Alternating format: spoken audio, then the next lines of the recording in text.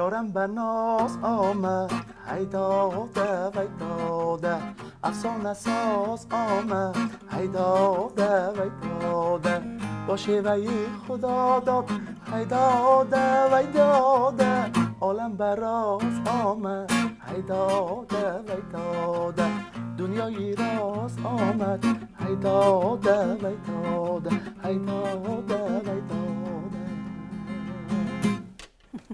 саломат бошед.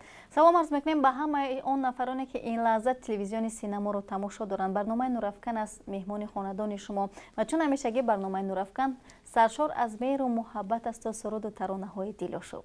бале дӯстдорони савту наво, ин навбат меҳмони барномаи мо ҳастанд. бахтиёр иброҳимов, роҳбари бадеии оркестри эстрадии давлатии гулшан ва сарояндае ки мо шумо албатта дӯсташ медорем, чуноне ки бо як садои зебо, оҳанги зебо ин барномаро оғоз намудам. боварӣ дорам ки ин навбат боз ҳам барномаи мо зеботару гуворотар ва пур аз савту наво мегардад ва моро ҳамроҳ бошед.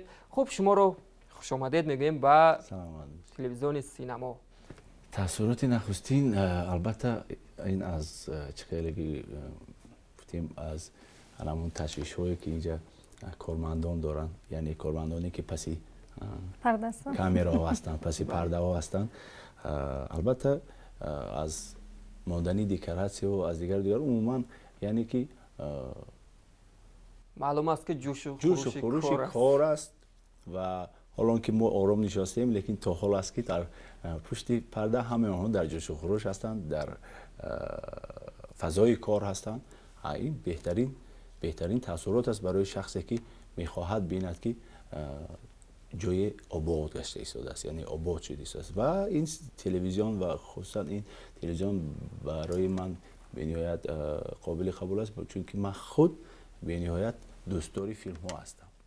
ҷӯшу хуруши кор яъне ки дар оркестри шумо чӣ гуна аст, зеро ки онҷо ҳама ҷавонҳо кору фаъолият мекунанд? албатта ҷӯшу хуруши кор дар оркестри гулшан ҳамчунин аст. он ҷавонҳое ки айни замон дар ҳамон оркестри шумо кору фаъолият мекунанд, оркестри гулшан, яъне ҷавонони умедбахш ҳастанд?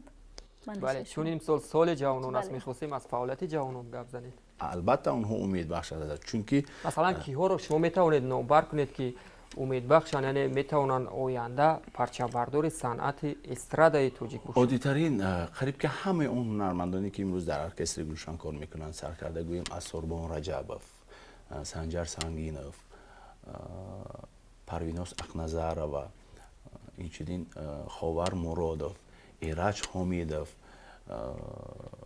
Шаҳнозаи Рустам, онҳо ба тариқи озмун қабул шуданд, аз тариқи озмун гузаштанд ва зинда месароянд. яъне ки аллакай мо гуфта метавонем бисёри ҳунармандон, бисёри агар гӯем камтар воҳима карда гӯем бисёри ситораҳои мо зинда сароида наметавонанд. бале, воқеан мо шак надорем, зеро дар чорабиниҳои давлатӣ ва дар консертҳо мебинем фаъолияти онҳо назаррас аст. метавонед аст?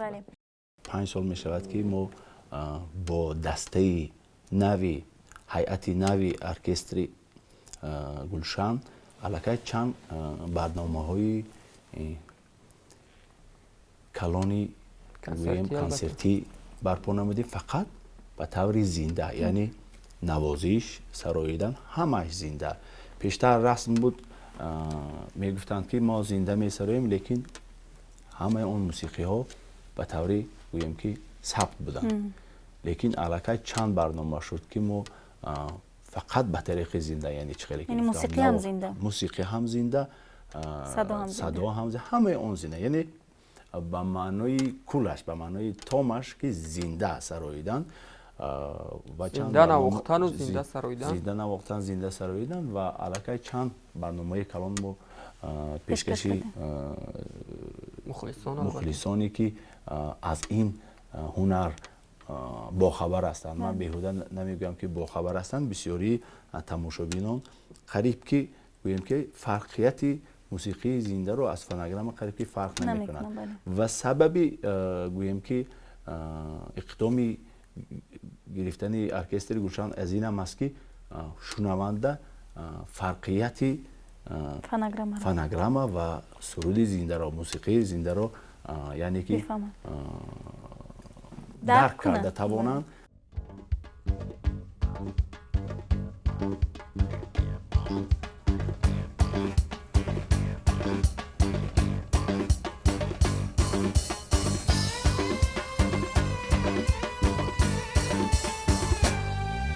باز آی کی از دوری تو دلگیله دارد، دلگیله دارد، تا چند شب و روز چنین سلسله دارد، سلسله دارد. بر پیکر گلناز دو دستی که رسیده است، از عشق سری میجه تو شلشله دارد. بر پیکر گلناز دو دستی که رسیده است، از عشق سری میجه تو شلشله دارد.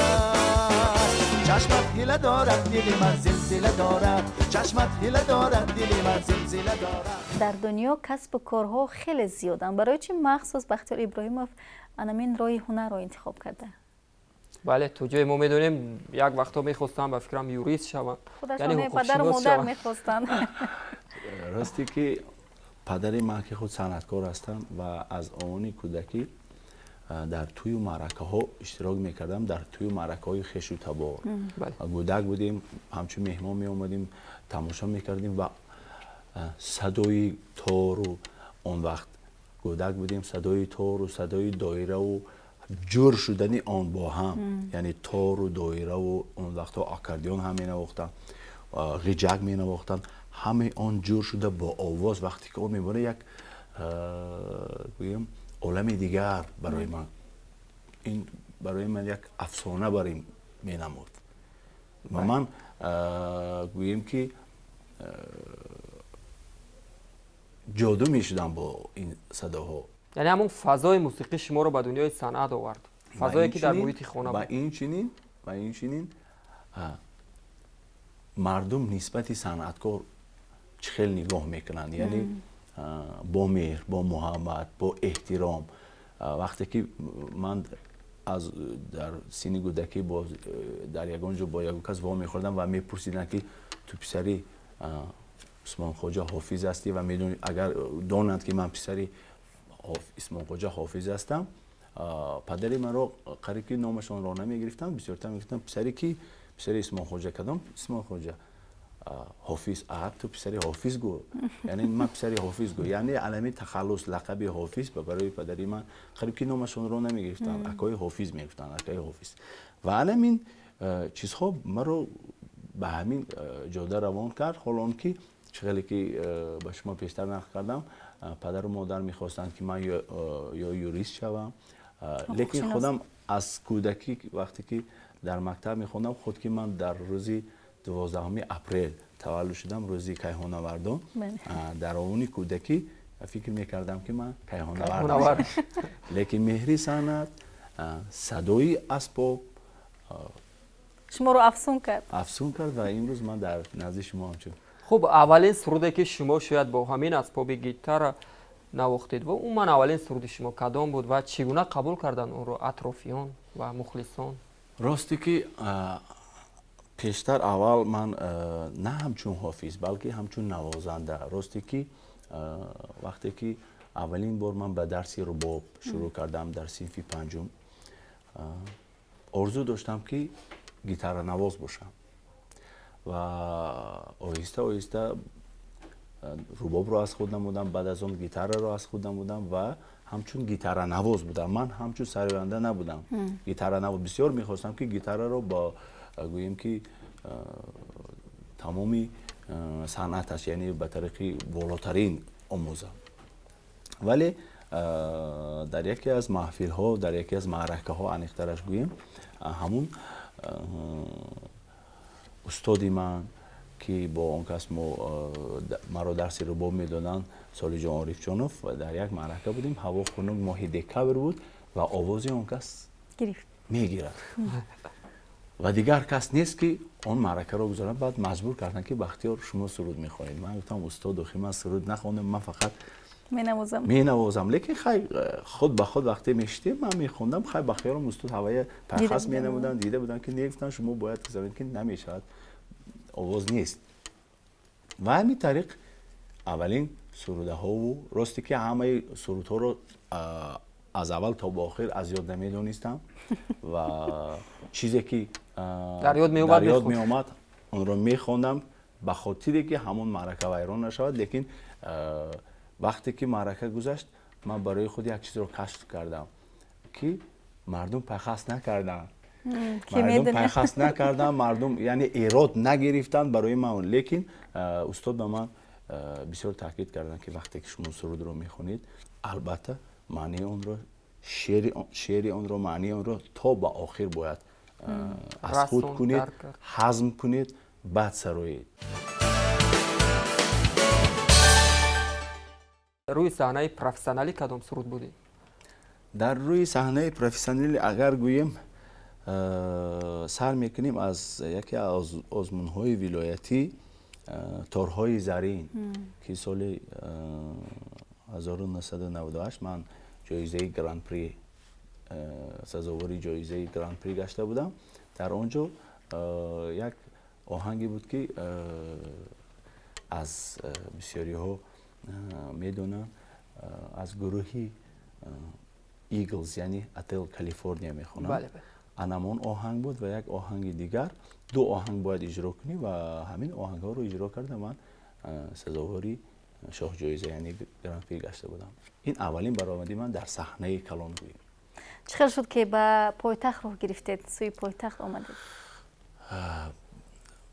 برای پایتخت آمدنی من راستی که علاقه بارها گفتیم فقط سببی به پایتخت آمدنی من این پیشوای ملت، اساسگذاری صلح و وحدت ملی، پرزیدنت کشور محترم مولانا رحمان. چون که در یکی از برنامه‌های کنسرتی آن کس مرا دعوت کردند که من باید در پایتخت فعالیت ایجادی خود را دوام دهم. این تا حال افتخاری من است و من تا هست کوشش میکنم که به چنین باوری و به چنین بگیم مسئولیت سزاوار باشم. وقتی که بعد سرودی بگیم خاتموی جناب عالی نامی مرا گرفته فریاد میکنند و یعنی سزاواری تحسین و آفرین میگن، من برای من این بهترین یک خوشبختی بود و همین چیز تا حال از وجودی من نرفته است. خب این زمان همون سروده که 15 سال پیش سروده بودید و سببی به پایتخت آمدن شما گردید و یعنی سزاواری تحسین و آفرین شما گردید. مرحمت میشنویم من همون سرود رو بینندگان عزیز و ارجمند به یاد میبیاریم.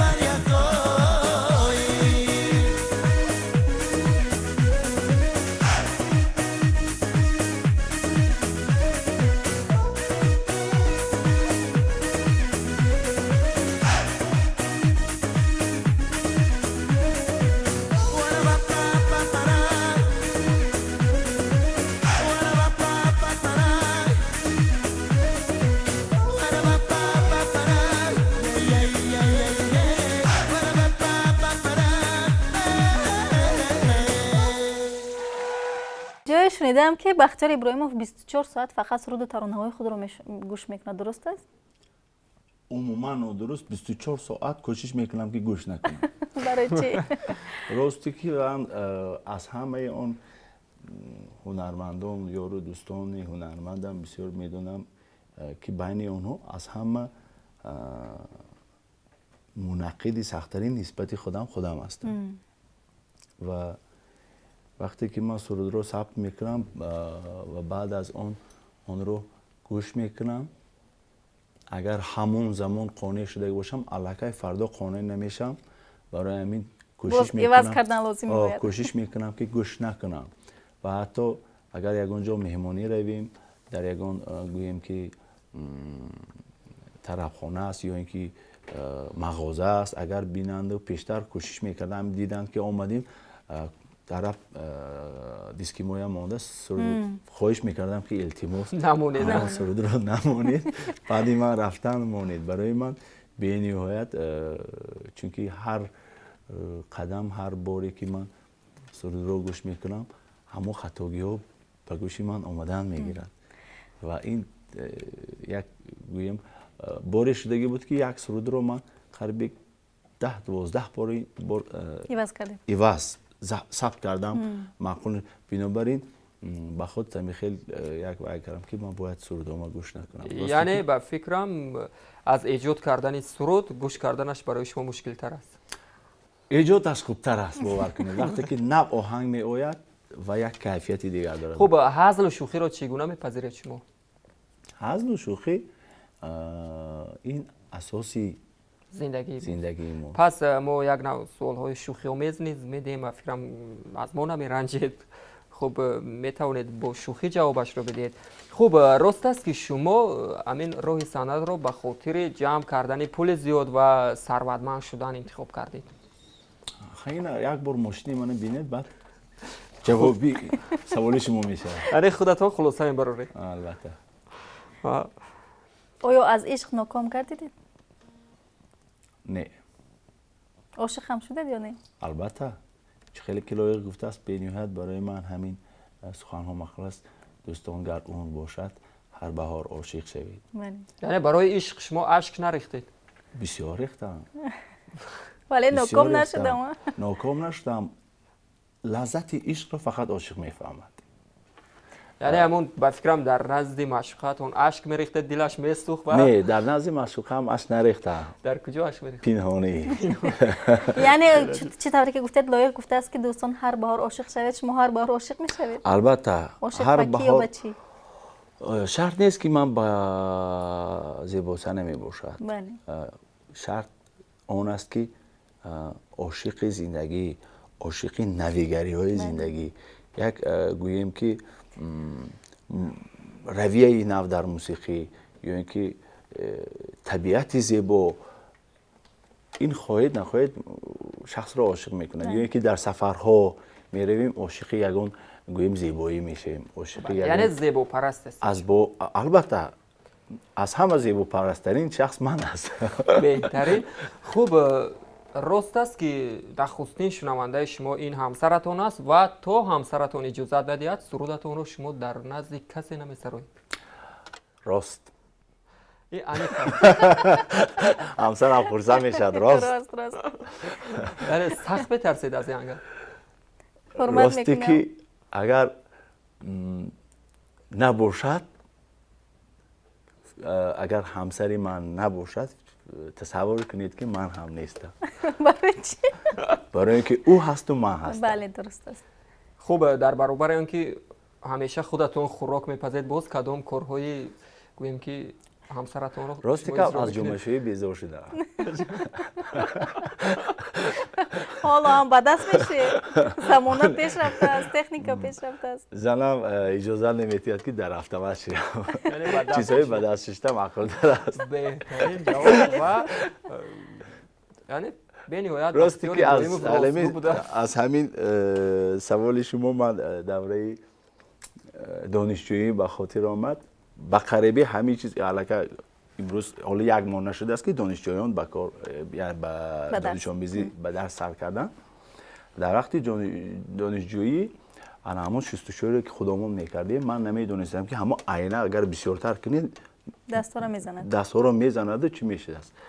و لباس‌های بعدی که یکمی بار شستم و به طور خود نمیدونم چه خیلی بود چه خیلی نبود شستم وقتی دستم زدند و خون شدن زخمی شدن حیران شدم و به خونه زنگ زدم به اسفر از جامی به خونه زدم که دستی من بعد منو آگاه کردن که آخر با احتیاط یعنی اون زمان که همسر نداشته تجربه کمتر بود و همین چیز یک جیانی من امسال دانشجو است دستهاش پیچونیدگی با چی میگن لیکوپلاستر یعنی پیچونیدگی گفتم دستات چیکار کردی گفت جمعشویی کردم گفتم انا خوب کردی اگر همیشه مهنت کنی یک چیز میشه یعنی که ما هم همین روزا گذراندگی هستی بهتره خدا را شکر که یازه автомат هست اومن در همین زندگی در همین حیات از چی میترسید میگن که از گربه میترسید از حیوانی کوچکتری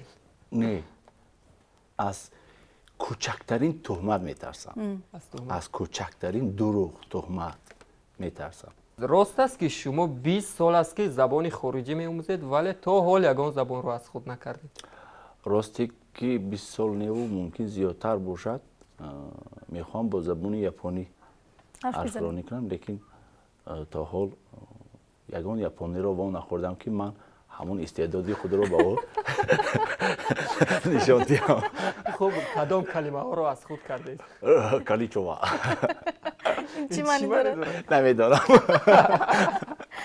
از یگان ژاپنی نه از تلویزیون دیده باشید از تلویزیون شاید باشد خب به هر حال سوال جدی بگذاریم کدام زبان‌های خارجی رو شما میدونید زبان‌های خارجی اگر میدونیم که با چند زبان سرود می‌خونید خیر راستی که قریب با 15 16 زبان سرود میخونم یه معنی آن رو ندارد که من 15 16 زبان رو ترجمه‌اش رو نمیدونم نه لیکن ترجمه آن رو میدونم هر آن سرودی که من با دیگر زبان خیلی زبان روسی و ازبکی رو که میدونم روسی ازبکی خیلی ایرانی افغانی اینو گویم که دشواری ندارن سرودهای ترکمنی سرودهای قزاقی قرقیزی و خیلی بلاروسی هم اگر شما زبان روسی را نقص آموخته باشید بلاروسی هم نه آنقدر دشوار است یعنی که اوکراینی و خصوصا سرودهای خیتایی چه گفتم یپونی و دیگر زبان‌های دشوارتر اون رو ما البته مضمون هر یک سطر اون رو با مضمونش اول با زبانی خودش و رو پروی آن مضمونی آن هر یک سطر اون رو چنین من از خود میکنم تا که وقتی سراییدم من دونم که چی میسرم چی کدام مضمون رفته ایستاده است بله بهترین پس این لازم میتونید یگان سرودی خارجی بسرید بله دشوارترینش نه دشوارترین نمیگم من میخوام یک سرودی O'zimmen arıstim, boyundan tanıstim. Şeynağın güley kurbum sen, dağala turdun sen. Cazili kulkinde, kaydasın bulkinde. Senizdi barmanım, sır boyun şarladım. Sinizdi barmanım, sır boyun şarladım. این به زبان قزاقی بود از بین سرودها بسیارتر همین سرود رو دوست می‌دارم کلمه ها رو نفهمیدم چی معنی داشت ولی خیلی هم خوب بود سرود مؤلف این سرود گویم که مؤلف گیمن قزاقستان است شمشیر قلدایقوف میگویند و آن کس رو در قزاقستان همچون شاهی والس یعنی کارول والس میگویند شمشیر قلدایقوف آهنگ خود والس است و ببینید اگه آهنگی بهترین آهنگ جذاب است همچون والس سفرهای هنری زیاد داشتید بیاید از این باره قصه کنید کدامش بیشتر برای شما خاطرمون بود و هنر تاجیک رو عموما صنعت تاجیک رو چگونه قبول دارن خارجیان از طریق قبولی هنرمند برای من راستی که دولتی چین یعنی خیتای بسیار خوب قبول کردم خوب معقول شد با کدام معنی با آن معنیه که وقتی که تماشابینان آنها نشینند و هر اون وقت در وقت سراییدن، در وقت رقص کردن، عموما در وقت برنامه گزارش نمودن، یگان گوییم که با یگان با آواز می با حرکت می اگر آنها رو قایل کنید، آنها در حال قرصک میزنند و باز در حال خاموش میشوند، دوامش را گوش میکنند. اگر یگان صدای گوییم درازتر کشید که افجی بلندتر خونید که باز قرصک میزنند. یعنی با همین قدر مدنیتی بلند تماشا میکنند که آدم از نو روی الهام تازه میشود.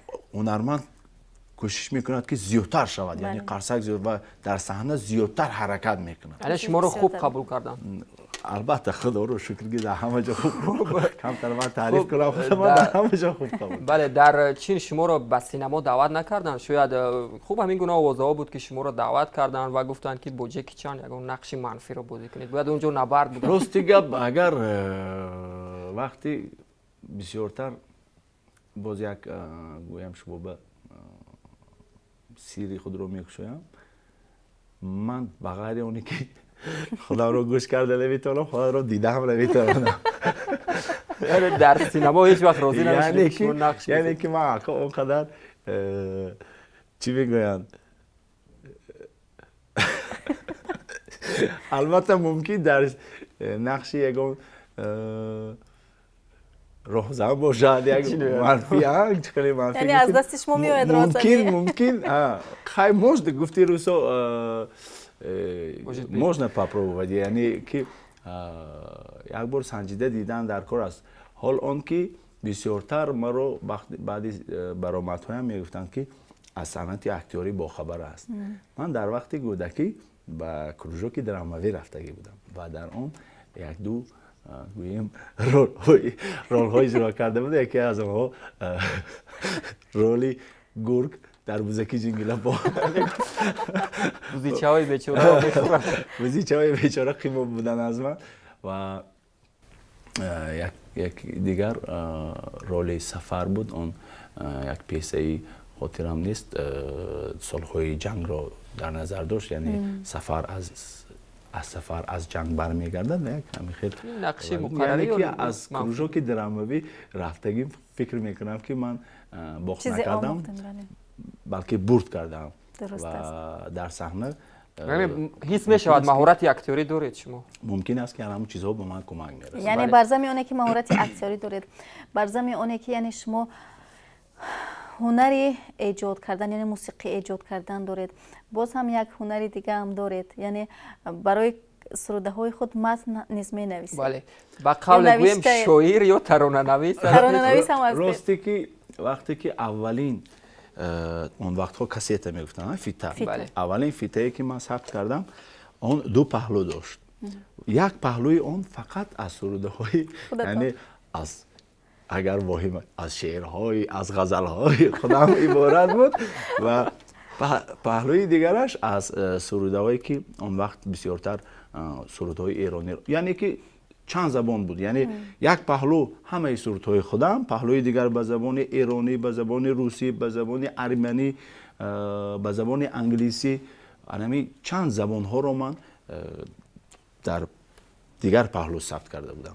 یعنی وقتی که شنونده فیلتر رو میموند، طرف دیگرش رو میبیند که حتما خودش نیست، هنر دارد. لیکن یک چیز رو گویم که اون طرفی که ایرانی و ارمنی و دیگر بود اون قدر معقول نشد نظر به آن طرفی که من سرد. و وقتی که واخری زیاییان سال 1999 با پرزیدنت کشور شد و ما از خوجند و دوشنبه طریق طیاره میپریدیم، خوشبختانه برای من با فرزانه واخوردم و راستی که قریب یک ساعت میپرید، 55 دقیقه، اون وقت سمالیوت یک چیل، من در همین 55 دقیقه گوش معاینه فرزانه رو خوردم. برای اون که بسیار سوال گفتم. فکرم همون شعرهای مصرع‌هایی که نو ایجاد بود میخوندید. نه شعرهای نو ایجاد رو همون شعرها همون سرودایی که من نوشته بودم. البته آدمانی بودند که زیاد میفهمیدن و به من میگفتن که بختیار جان آرمی غلط است و من فرزانه رو از همون خوجند تا رسیدن دوشنبه سوار باران کردم و فرزانه گفتن که بختیار جان من همیشه خواب دیده بودم که یک کس منو بیزار میکنه شما بوده. شوخی کردن و گفتم که اپا جانی عزیز چون من شما رو همچون شاعر دوست میدارم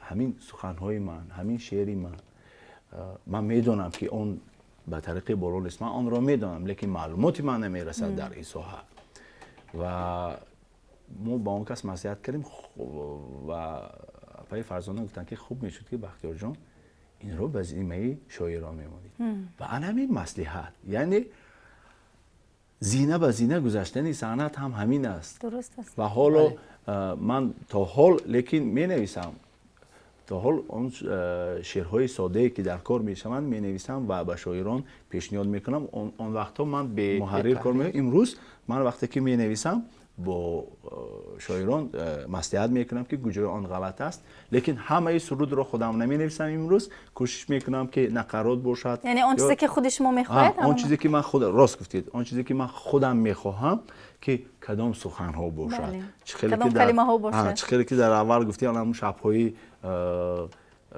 بیخوابی و شب‌های پنهانی گریه میکردی سخن ها باید برآید. علامو وضع این رو باید شاعر داند که کدام سخن‌ها رو من میخوام افاده کردم یعنی درد خودم رو یعنی خرسندی خودم. بیاد یک بار مهارت شاعری شما رو بسنجیم.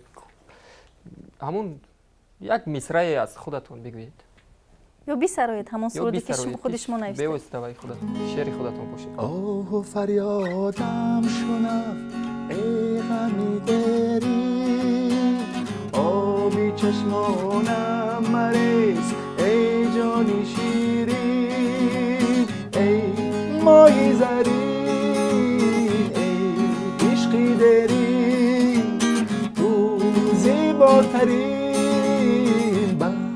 منی مسکین نمی باروندی زوفانی پیچاندی عشقای چشماندی این تازه مرجاندی.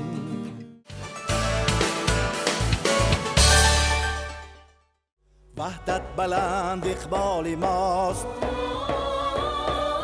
بنیاد استقلال ماست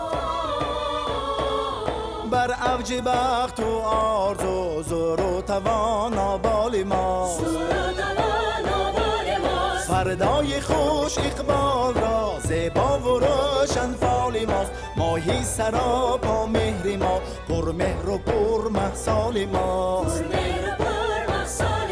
فردای خوش اقبال را زیبا و روشن فال ماست ماهی سراپا مهر ما پر مهر و پر محصال ماست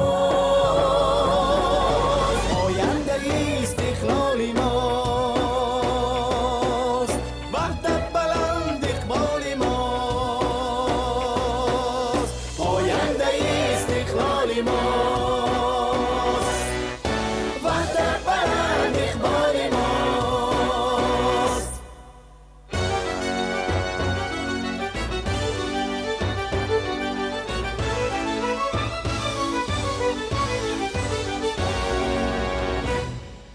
یک روح بخشی عمر ما هر دم بهی حال ماست بر روی زیبایی وطن زیبنده جفتی خال ماست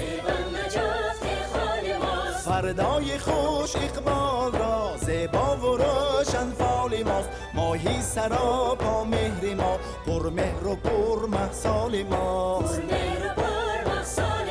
فردای خوش اقبال را زیبا و روشن فال ماست ماهی سراپا مهر ما پر مهر و پر محصال ماست آینده استقلال ماست وحدت بلند اقبال ماست آینده استقلال ماست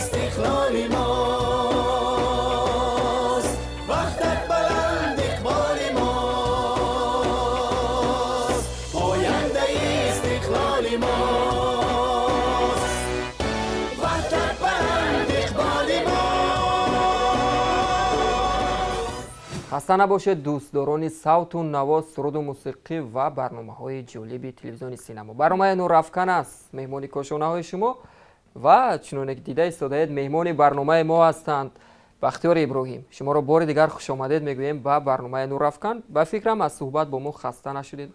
حالا بختیار بسیار خواهش کرد که ممکن است یک لطیفه برای بیننده‌های خود قصه کنم. بله بسیار لطیفه‌های خوب میدونم. راستی که گفتن که دروغگویی رو از ژورنالیستان آموز. از من اونقدر لطیفه گوی نمیبراید. راستی که بس برای چی زوری کردید؟ راستی من بسیار لطیفه ها رو بسیار شنیدگی هستم، بسیار گوش میکنم و خودم دوستانی مخصوص دارم که آنها لطیفه گوی هستند و هر بار زنگ میزنم میپرسم یگون لطیفه نو داری نداری و آنها نقل میکنن. لیکن من در خاطری من نمیستم. من یک لطیفه نقل میکنم. البته وقتی که علمون اولین فیته خود رو ثبت میکردیم اون وقت ها کامپیوتر نبود.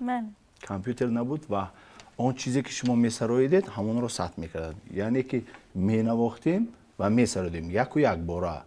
اگر در دوام سرود یک کلمه یا یک بار دستتون دیگر جا رود اگر البته اون رو از نو ثبت میکردیم.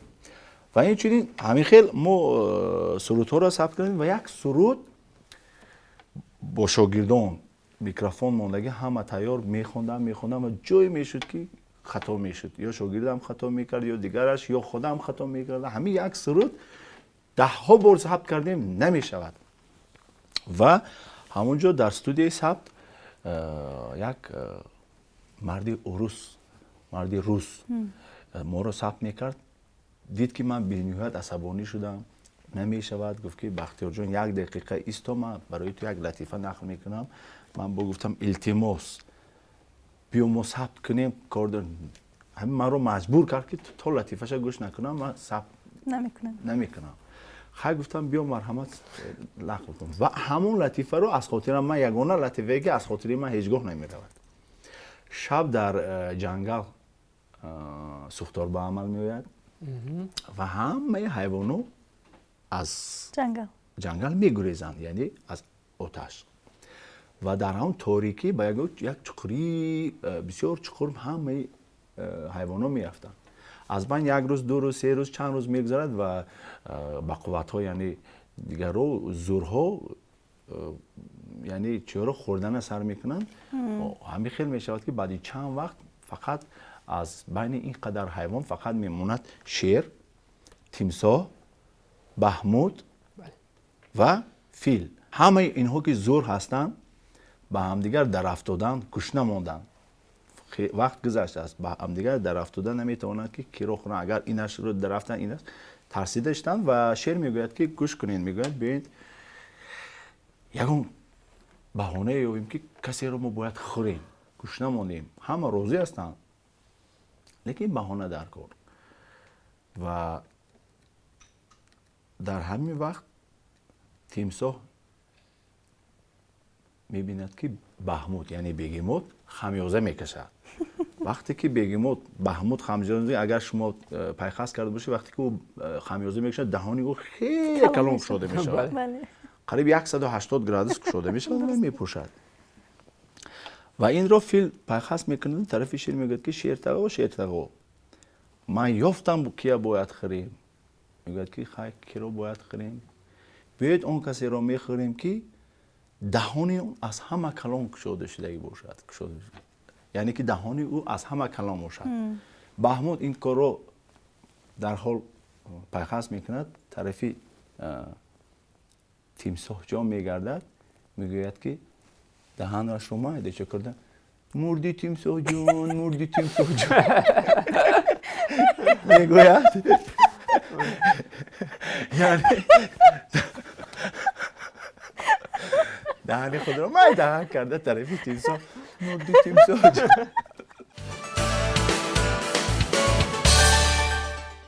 چون گیتار دارید بیشتر سبک سرودهای اسپانی با گیتار خوب است. سرود اسپانی دارید؟ سرود اسپانی گویم پیشتر ندارم و میخونم. میخونم. ما از یکی از دوست داشته ترین هنرمندان وقتی که من به دست گیتار گرفتم جیپسی کینگ بود. جیپسی کینگ بود و سروده های جیپسی کینگ رو میخوندم. کوشش میکنم که با او تقلید کنم.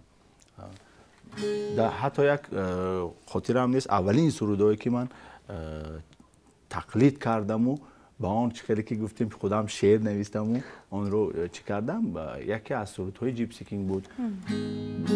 خوب جانی منی لالا دونی منی لالا دونی منی لا هم خیلی یک سروده بود که از جیپسی کینگ بود، یعنی به طرف میشود که با زبان اسپانی چند مصرع بسرایید؟ اسپانی رو ندونم سیگار چی. نمیدونم. اسپانی اسکوچامی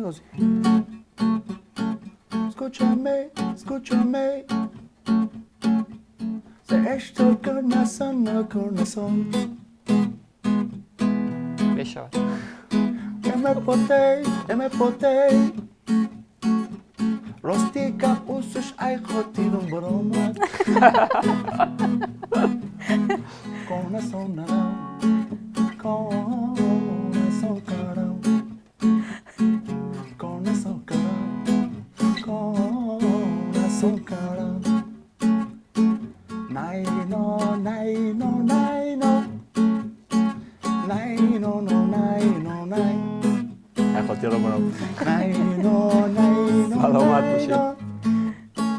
nay no no nay no nay بس دوره‌های جوانی. خوب ما میدونیم که شما زنده به نهایت خوب میسرایید، ولی یک سوال میدیم به هر حال این به کل عموما به ساحه استراده داخل دارد. اگر برق و یا فناگرام نمی بود سرایندگان چیکار میکردن؟ به فکر شما چندین معرکه ها شد که وقتی که ما برومند میکردیم یک باره برق نیست میشود، خاموش میشه. خدا رو شکر من در گروه کلارنت داشتم، دویره داشتم، یعنی که اون اسبابایی که به برق میشود نواخته، یعنی کلارنت و در حال صحنه میرفتم شاگردان را همراه میبردم، یعنی که الان بزم خنک نشود دویره مینواخت کلارنت مینواخت میسراییدیم که بزم خنک نشود. شما این سوال رو من میفهمم با کدام مقصد دادید؟ به مقصدی که اون شخصانی که زنده سراییده نمیتوانند چیکار میکنند. خوب میشود ده، یعنی سرایندگان به فکرم خوب کمتر میشود. خوب میشود. راستی من برای چی طرفدار این هستم؟ بگذار فرقش نیست که هنرمند اینقدر آواز دارد یا که اون قدر آواز دارد. شرط آن است که اون صمیمی باشد، از تحت دل باشد، یعنی با محبت با عشق باشد. چون شما رو آوردید یعنی به هنر به صنعت، میخواستم بفهمم که اون چیزی که خود شما میخواستید الکی پیدا کردید در همین جاده؟ نه آخر راست اگر گپی ممکن راست کنم، من ممکن یک 20 سال پیشتر ممکن مقصدی من همین بود. بله. لیکن خود صنعت چقدر که یک بحری بیکنار است، هر چقدر که با آن آلوده میشوید، با آن گوییم به قعر آن نگاه میکنید و هر باری که یک دردانه نو از آنجا پیدا میکنید، من هیچ وقت نمیتوانم قانع شدن. بله. من نمیتوانم اون چیزی که من میخواهم باز زیادتر شد، لیکن البته هر یک شخص شکلی که گفتم من خود که برای خودم اولین منعقد خودم هستم، من اون رو چی گویم زور و توان خودم رو نگاه کرده کار میکنم و راستی که اساسی پیشروی هنرمند در آن است که پیش از همه طرفی کمبودی خودش رو دیده تواند. عموما هر کس وظیفه خود رو دارد. مثلا طبیبان وظیفهشون طبابت کردن است. خب آموزگاران وظیفهشون تربیه نسل نورس است. عموما تربیه انسان است. خب وظیفه سراینده از چی عبارت است و در کدام حالت همون صنعتکار یعنی به همین کسب خیانت کرده حساب می شود؟ مثلا کدام عملش؟ وظیفه صنعتکار راستی که به قریبی من یک نوار رو تماشا کردم. در آن نوار صنعتکار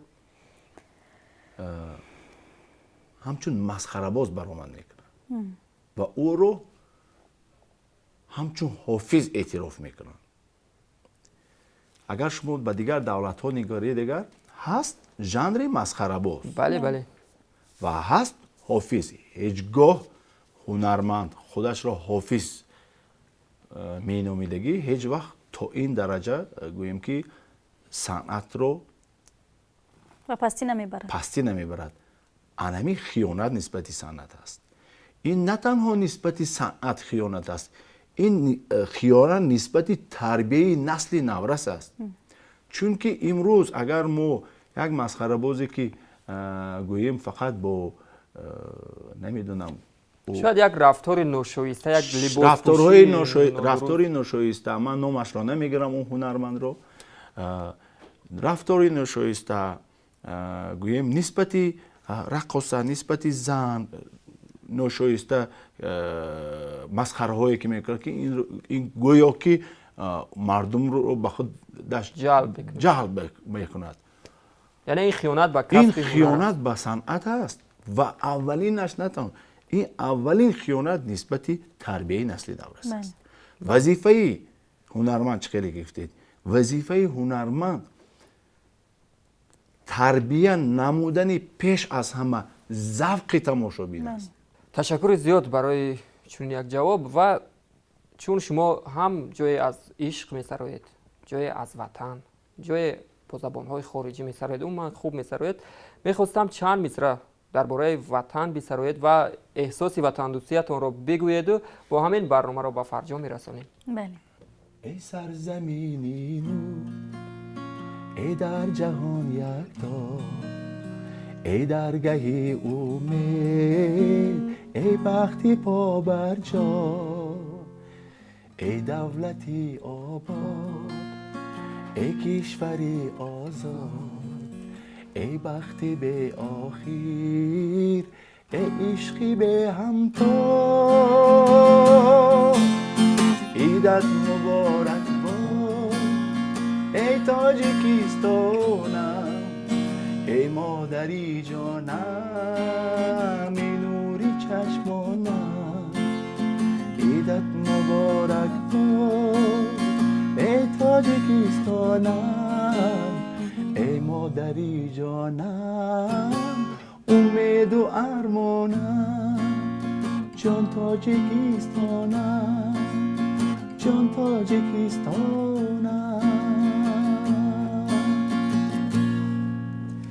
تشکر زیاد. برای من تاجیکستان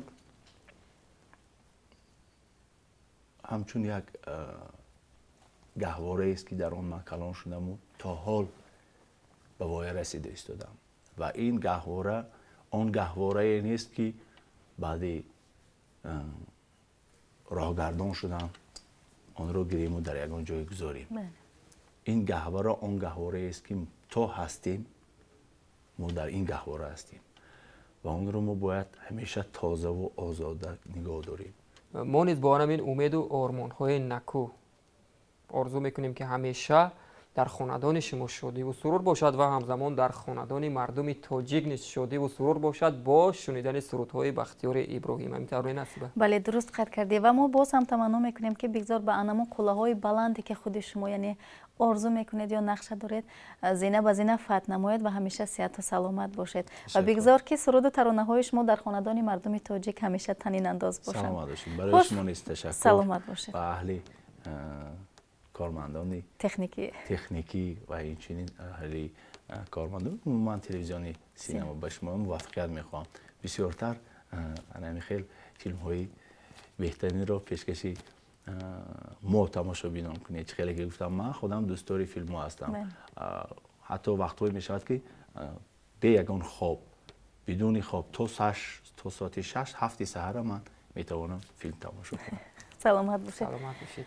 خوش بینندگان عزیز، فرصتی آن رسیده که با شما خیر و خوش کنیم. همیشه در امان باشید. بله بینندگان عزیز و ارجمند، به همه شما خانه آباد، تن صحت و سری بلند رو تمنا داریم. امیدواریم که هر یکی ما و شما با کارهای سازنده و بنیادکاری خویش در رشد و پیشرفت این وطن عزیز سهیم گردیم.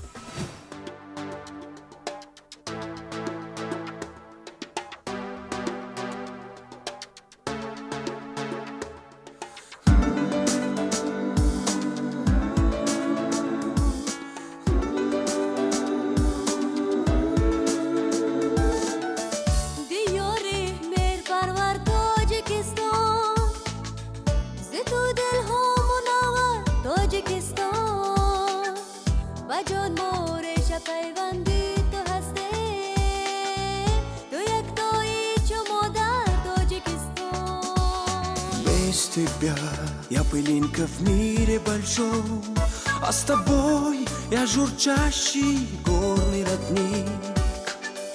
Образ твой я храню в сердце своем. Ты мой свет, ты отчизна мира цветник. You are my land, oh Tajikistan. You are my glory, oh Tajikistan. Every single corner attracts my soul, but forever my heart is in Tajikistan.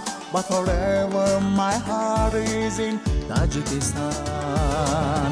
You are my land, oh Tajikistan. You are my glory, oh Tajikistan. Every single corner attracts my soul, but forever my heart is in Tajikistan. But forever my heart is in Tajikistan.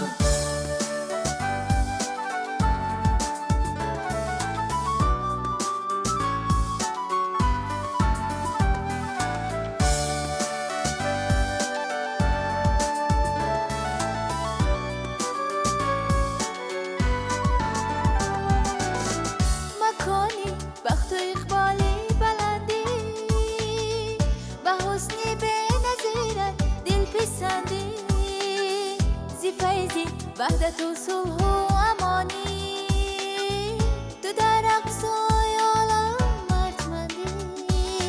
Горных рек, солнцем согретый рай, как глаза луноликих красавиц край. Я тебя верно чту, как мать и отца. Ты одна, и тебе отдаем мы сердца. You are my land, oh Tajikistan. You are my glory, oh Tajikistan. Every single corner attracts my soul, but forever my heart is in Tajikistan. But forever my heart is in Tajikistan. You are my land, oh Tajikistan. You are my glory, oh Tajikistan. Every single corner attracts my soul, but forever my heart is in Tajikistan. But forever my heart is in Tajikistan. But forever my heart is in Tajikistan. But forever my heart is in Tajikistan.